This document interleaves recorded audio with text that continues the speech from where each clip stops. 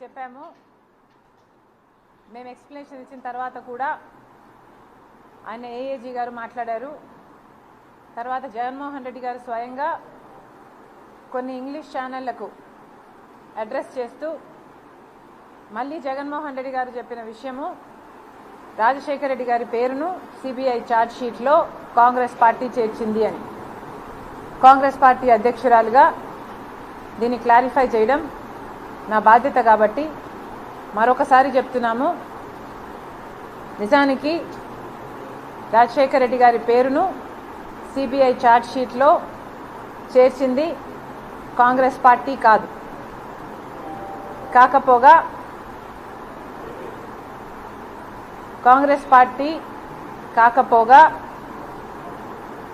రాజశేఖర రెడ్డి గారి పేరును CBI charge షీట్లో చేర్చింది స్వయంగా జగన్మోహన్ రెడ్డి గారి మనిషి ఈ సుధాకర్ రెడ్డి గారు. నిజానికి ఇద్దరు ఇండివిజువల్స్ రెండు పార్టీలు కేసులు పెట్టాయని చెప్తున్నారు జగన్మోహన్ రెడ్డి గారు. పార్టీలు కేసులు పెట్టలేదు జగన్మోహన్ రెడ్డి గారి మీద. ఇద్దరు ఇండివిజువల్స్, ఒకరు కాంగ్రెస్ పార్టీకి చెందిన వారు, ఇంకొకరు తెలుగుదేశం పార్టీకి చెందిన వారు. కాంగ్రెస్ పార్టీకి చెందిన వారు కేసు పెడితే రాజశేఖర్ రెడ్డి గారి పేరు లేకపోగా కేసు పెట్టిన కాంగ్రెస్ పార్టీ ఆయన కూడా శివశంకర్ అమ్మ ఎవరు కేసు పెట్టింది? శంకర్రావు సారీ. సో కేసు పెట్టింది కాంగ్రెస్ పార్టీకి చెందిన శంకర్రావు అయితే కనీసం ఆయన పేరు, ఆయన సంతకం కూడా సరిగ్గా లేకపోతే, దీని పేపర్ వర్కే సరిగ్గా లేదు అని నిజానికి కోర్టు దాన్ని తృణీకరిస్తుంటే ఇంప్లీడ్ అయ్యి ఆ కేసుకు బలం చేకూర్చింది తెలుగుదేశం పార్టీకి చెందిన ఎర్రమనాయుడు. ఇది ఇలా ఉంటే కోర్టు వీళ్ళిద్దరినీ బేస్ చేసుకొని సిబిఐని ఎంక్వైరీ చేయమని ఆదేశించడం జరిగింది. తర్వాత సిబిఐ ఎఫ్ఐఆర్లో రాజశేఖర రెడ్డి గారి పేరు లేదు. రాజశేఖర రెడ్డి గారు పేరు లేకపోతే ఇదే సుధాకర్ రెడ్డి గారు, రాజశేఖర రెడ్డి గారు పేరు లేకపోతే జగన్మోహన్ రెడ్డి గారు ఈ కేసులో నుంచి బయటపడడం అసాధ్యం అనుకున్నారు. కాబట్టి రాజశేఖర రెడ్డి గారి పేరు కూడా ఈ కేసులో చేర్చాలి అని ఈ పొన్నవోలు సుధాకర్ రెడ్డి గారు మొదట సిబిఐ కోర్టుకు వెళ్ళారు. అక్కడ తృణీకరిస్తే మళ్ళీ హైకోర్టుకు వెళ్ళారు. అక్కడ రిజెక్ట్ అయితే తర్వాత సుప్రీంకోర్టుకు కూడా వెళ్ళడం జరిగింది. అంటే రాజశేఖర రెడ్డి గారు పేరు పెట్టాలి అని సిబిఐ ఛార్జ్ షీట్లో 3 సార్లు ఇంప్లీడ్ అయ్యింది ఈ పొన్నవోలు సుధాకర్ గారు. దీన్ని ఇదేదో నిజం కానట్టు దీన్ని తారుమారు చేయడానికి చాలా ప్రయత్నాలు చేస్తున్నారు. నిజము ఇది కాబట్టే మేము మాట్లాడుతున్నాం. నిజము ఇది అని జగన్మోహన్ రెడ్డి గారే నిరూపించుకున్నారు.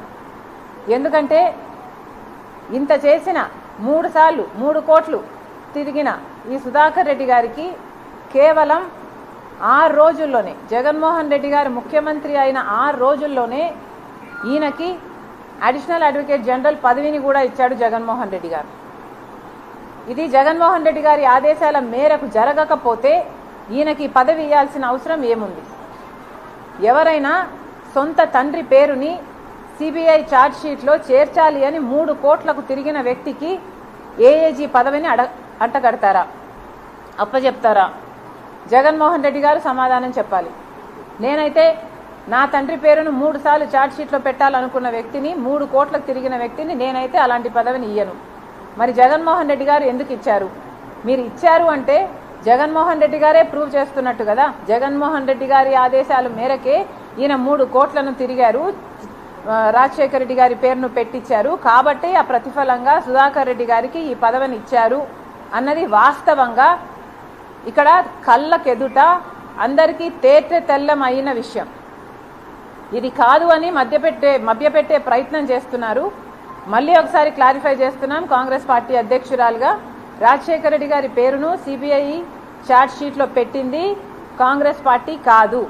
ఈ పొన్నవోలు సుధాకర్ రెడ్డి గారు 3 కోట్లు తిరిగి మరీ ఛార్జ్ షీట్లో పెట్టించడం జరిగింది. ఇది ఒక విషయం. అయితే పొన్నవోలు సుధాకర్ గారు చాలా కష్టపడి పాత వీడియోలన్నీ సేకరించి మేము అప్పుడు ఒకలాగా మాట్లాడామని ఇప్పుడు ఒకలాగా మాట్లాడామని చెప్పుకుంటూ వచ్చారు. నేనేదో ఊసరవల్లి అయినట్టు అప్పుడు సిబిఐ ఛార్జ్ షీట్లో రాజశేఖర రెడ్డి గారి పేరు కాంగ్రెస్ పార్టీ చేర్చిందని నేను చెప్పినట్టు, ఇప్పుడు కాంగ్రెస్ పార్టీ కాదు పొన్నవోలు సుధాకర్ గారు చేర్చారు అని నేను మాట్లాడుతున్నట్టు ఆయన ఎక్కడెక్కడో వీడియోలు ఎతికి మరీ చూపించడం జరిగింది. అయ్యా, మేము ఆ రోజు ఒకలాగా మాట్లాడి ఈ రోజు ఒకలాగా మాట్లాడుతున్నామంటే దానికి కారణము ఆ రోజు మాకు నిజం తెలియక మాట్లాడాము, ఈ రోజు మాకు నిజం తెలిసింది కాబట్టి ఈ మాట మాట్లాడుతున్నామని మీరు గమనించాలి. ఈ రోజు మాకు నిజం ఎలా తెలిసింది అంటే మొన్న సోనియా గాంధీ గారి దగ్గరికి వెళ్తే ఆవిడ స్పష్టంగా చెప్పిన విషయము, నేను పెట్టలేదు Sharmila, I did not do it, నాకు ఆ బాధ ఏంటో తెలుసు, రాజీవ్ గాంధీ గారి పేరు కూడా ఆయన చనిపోయిన తర్వాత సిబిఐలో పెట్టడం జరిగింది, ఆ విషయం నాకే చాలా బాధ కలిగించింది, అలాంటిది నేను రాజశేఖర రెడ్డి గారి పేరును ఎలా పెడతాను, నేను పెట్టలేదు అని నాకు పదే పదే చెప్పి ఆకాశానికి ఎత్తేశారు రాజశేఖర రెడ్డి గారిని. అంతవరకు నాకు తెలియలేదు కాంగ్రెస్ పార్టీ చెయ్యలేదు అని. మళ్ళీ అదే విషయాన్ని మన ఉండవల్లి గారిని కలిస్తే ఆయన కూడా స్పష్టం చేయడం జరిగింది. ఇదే పొన్నవోలు సుధాకర్ స్టోరీ చెప్పింది కూడా ఉండవల్లి అరుణ్ కుమార్ గారే. ఆయన ఎంత మేధావో, సమాజంలో ఎంత పేరుందో అందరికీ తెలిసిన విషయమే. ఆయన స్వయంగా నాకు చెప్పేంత వరకు నాకే ఈ విషయం తెలియదు. ఏమని, సుధాకర్ గారు 3 కోట్లు తిరిగి రాజశేఖర రెడ్డి గారి పేరును ఛార్జ్ షీట్లో చేర్చడం జరిగింది అని. కాబట్టి మేము అప్పుడొక మాట ఇప్పుడొక మాట మాట్లాడుతున్నాము అంటే దానికి కారణము అప్పుడు కొన్ని నిజాలు తెలియలేదు, ఇప్పుడు నిజాలు తెలిసాయి కాబట్టే మేము ఈ మాట మాట్లాడుతున్నామని అందరూ గమనించాలి. ముఖ్యంగా పొన్నవోలు సుధాకర్ రెడ్డి గారు. ఇంకొక విషయం కూడా గమనించాలి. జగన్మోహన్ రెడ్డి గారు రాజశేఖర రెడ్డి గారు చనిపోయినప్పుడు రిలయన్స్ వాళ్ళ హస్తం ఉంది అని జగన్మోహన్ రెడ్డి గారు చెప్తే అది నిజం అనుకొని రిలయన్స్ సంస్థల మీద ఎంతో మంది రాజశేఖర రెడ్డి గారి అభిమానులు దాడులు చేస్తే ఈ రోజు వరకు కూడా వాళ్ళు కేసులలో ఇరుక్కొని ఉన్నారు. జగన్మోహన్ రెడ్డి గారు ఆ మాట చెప్తే అందరూ నమ్మారు. రిలయన్స్ వాళ్ళ హస్తము రాజశేఖర రెడ్డి గారి చాపర్ క్రాష్లో ఉంది అని జగన్మోహన్ రెడ్డి గారు చెప్తే ఎంతో మంది నమ్మారు. నమ్మి కేసులలో కూడా ఇరుక్కున్నారు. తర్వాత జగన్మోహన్ రెడ్డి గారు ముఖ్యమంత్రి అయిన తర్వాత అదే రిలయన్స్ సంస్థ వాళ్ళకి రాజ్యసభ మెంబర్ కూడా ఇచ్చారు. అంటే జగన్మోహన్ రెడ్డి గారు అప్పుడు చెప్పింది అబద్ధము అని జగన్మోహన్ రెడ్డి గారు స్వయంగా తానంతకు తానే రుజువు చేసుకున్నారు. అంతేకాదు, ఇదే జగన్మోహన్ రెడ్డి గారు వివేకానంద రెడ్డి గారు చనిపోతే వివేకానంద రెడ్డి గారి చావు వెనకాల చంద్రబాబు గారి హస్తం ఉంది అని ఆ రోజు మాట్లాడిన మాట, ఆ రోజు సిబిఐ అడిగిన మాట, సిబిఐ ఎంక్వైరీ చేయాలి అని జగన్మోహన్ రెడ్డి గారు అడిగిన మాట కూడా వాస్తవం. తర్వాత జగన్మోహన్ రెడ్డి గారు ముఖ్యమంత్రి అయిన తర్వాత సిబిఐ ఎంక్వైరీ అవసరం లేదు అని జగన్మోహన్ రెడ్డి గారే స్వయంగా చెప్పారు. అంటే అప్పుడు చంద్రబాబు గారు హస్తం ఉంది అని జగన్మోహన్ రెడ్డి గారు చెప్పిన మాట అవాస్తవమని జగన్మోహన్ రెడ్డి గారే ఒప్పుకున్నట్టు కదా. ఎందుకంటే చంద్రబాబు గారి హస్తమే ఉంటే మీరు సిబిఐ ఎంక్వైరీకి ఎందుకు భయపడుతున్నట్టు, ఎందుకు వేయనట్టు? ఇలా అప్పుడొక మాట ఇప్పుడొక మాట మాట్లాడుతున్నది, మారుస్తున్నది జగన్మోహన్ రెడ్డి గారు. ఇదే విధంగా రాజశేఖర రెడ్డి గారి పేరును కూడా ఛార్జ్ షీట్లో చేర్చింది అని కాంగ్రెస్ పార్టీ అని ఆ రోజు చెప్పిన మాట జగన్మోహన్ రెడ్డి గారు. కానీ ఈ రోజు వాస్తవం కాదు అని ఈ రోజు మాకు అర్థమవుతుంది. జగన్మోహన్ రెడ్డి గారు 6 రోజుల్లోనే సుధాకర్ రెడ్డికి పదవి ఇచ్చాడు కాబట్టి. రాజశేఖర రెడ్డి గారి విషయంలోనే మీరు ఇంత దారుణంగా ప్రవర్తించారంటే ఇక మీరు ఏ స్థాయికన్నా ఏ దారుణానికైనా ఒడగట్టరు అని ఏమి గ్యారంటీ ఉంది? ఒకసారి ఆలోచన చేసుకోవాలి. సొంత తండ్రి పేరునే ఎఫ్ఐఆర్లో చేర్పించిన వ్యక్తికి 6 రోజుల్లోనే మీరు ఏఏజీ పదవిని ఇచ్చారు అంటే మీరు ఏ స్థాయిలో రాజకీయాలు చేస్తున్నారు, ఎంత దిగజారుడు రాజకీయాలు చేస్తున్నారో ఒకసారి మీకంతకు మీరే ఆలోచించుకోవాల్సిన అవసరం కూడా ఉంది. ఇంకో విషయము, జగన్మోహన్ రెడ్డి గారు టీవీ ఛానల్స్తో మాట్లాడుతూ నా గురించి చేసిన స్టేట్మెంట్లు కొన్ని చదువుతున్నాను. షర్మిల చంద్రబాబు నాయుడు మాట వింటుంది, షర్మిల చంద్రబాబు నాయుడుతో చేతులు కలిపింది, చంద్రబాబు నాయుడు షర్మిలను కంట్రోల్ చేస్తున్నాడు. ఈ మాటలు మాట్లాడారు, ఈ అర్థాలు వచ్చేటట్టే మాట్లాడారు.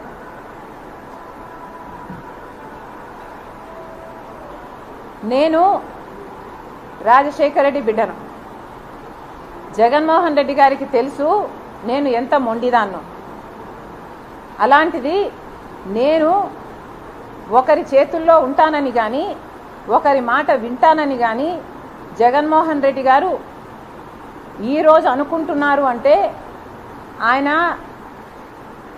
మెంటల్ స్టేట్ గురించి నాకు భయం వేస్తుంది.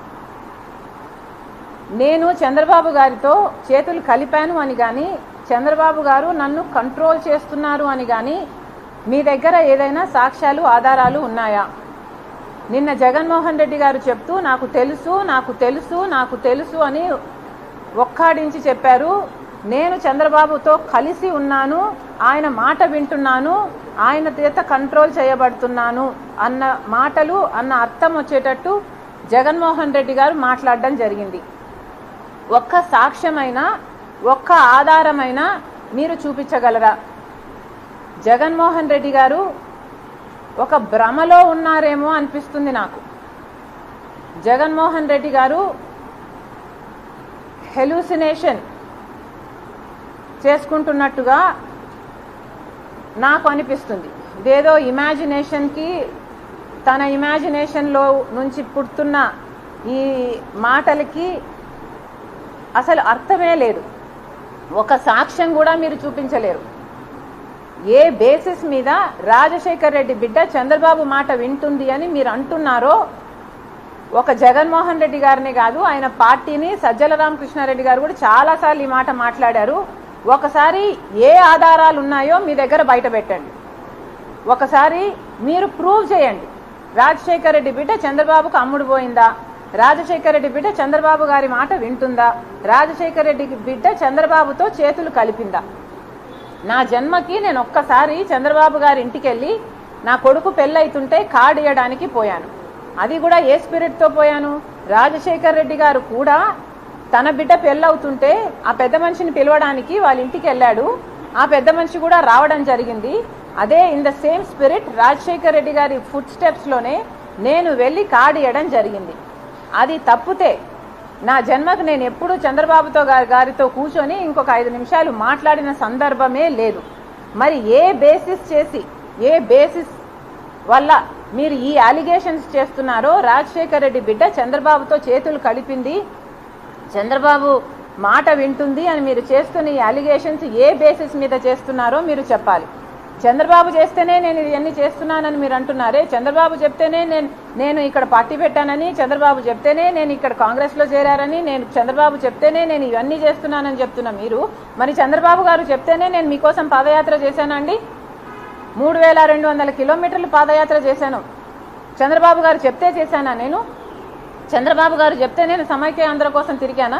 చంద్రబాబు గారు చెప్తే నేను ఓదార్పు యాత్ర చేశానా తెలంగాణలో? చంద్రబాబు గారు చెప్తేనే నేను బాయ్ బాయ్ బాబు అని క్యాంపెయిన్ నడిపానా? జగన్మోహన్ రెడ్డి గారు సమాధానం చెప్పాలి. నేను చేసిన దానికి నేను చంద్రబాబు గారి కంట్రోల్లో ఉన్నానంట, నేను చంద్రబాబు గారితో చేతులు కలిపానంట. అలాగే సునీత కూడా, న్యాయం కోసం పోరాడుతున్న సునీత కూడా చంద్రబాబు గారితోనే చేతులు కలిపిందట. న్యాయం కోసం తండ్రి చచ్చిపోతే 5 సంవత్సరాలుగా తట్టని తలుపు లేదు, ఎక్కని కోర్టు మెట్టు లేదు.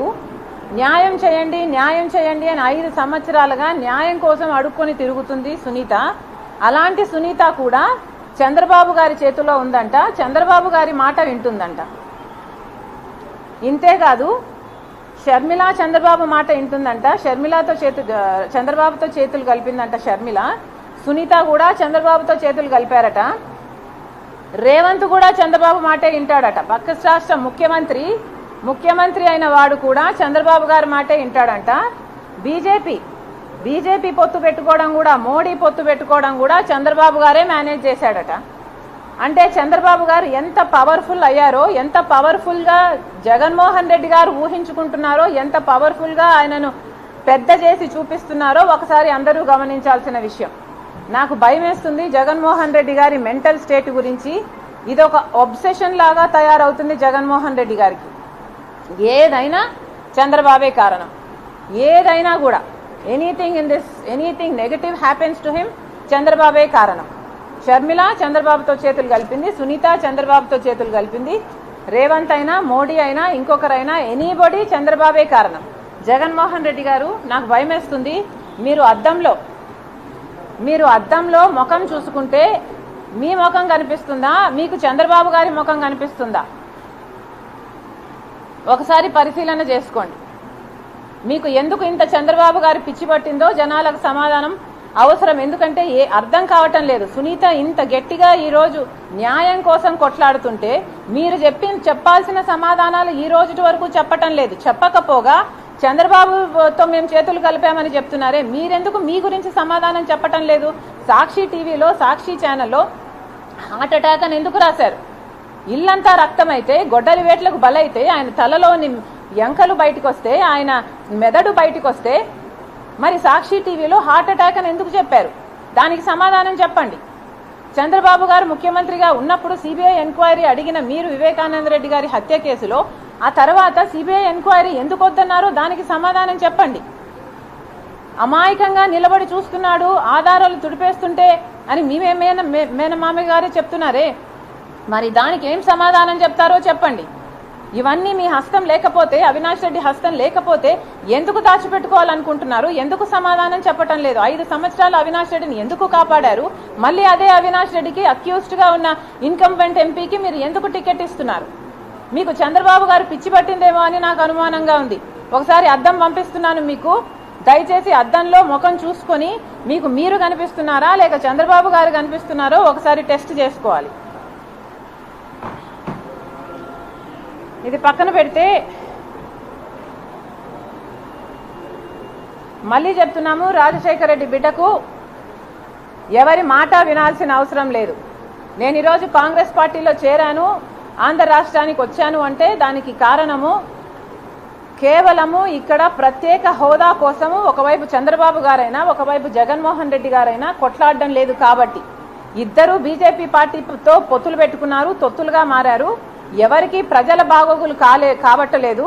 ఇద్దరు ప్రజల ప్రయోజనాలను తాకట్టు పెట్టారు. కనీసం ప్రత్యేక హోదా కోసం గొంతెత్తే వాళ్ళు కూడా లేరు. కాబట్టే ఒకవైపు కాంగ్రెస్ పార్టీ ప్రత్యేక హోదా 10 సంవత్సరాలు ఇస్తామని రాహుల్ గాంధీ గారు మేనిఫెస్టోలో చేర్చారు. కాబట్టే రాజశేఖర రెడ్డి బిడ్డ కాంగ్రెస్ ప్లాట్ఫామ్ కరెక్ట్ అనుకొని ఒక గొంతుక కావడానికి, కొట్లాడడానికి మాత్రమే రాజశేఖర రెడ్డి బిడ్డ కాంగ్రెస్ పార్టీలో చేరింది. మళ్ళీ చెప్తున్నాము, దీంట్లో చంద్రబాబు గారి హస్తం లేదు, ఇంకొకరి హస్తం లేదు. రాజశేఖర రెడ్డి బిడ్డను కంట్రోల్ చేయడం ఎవరి తరము కాదు. Thank you very much.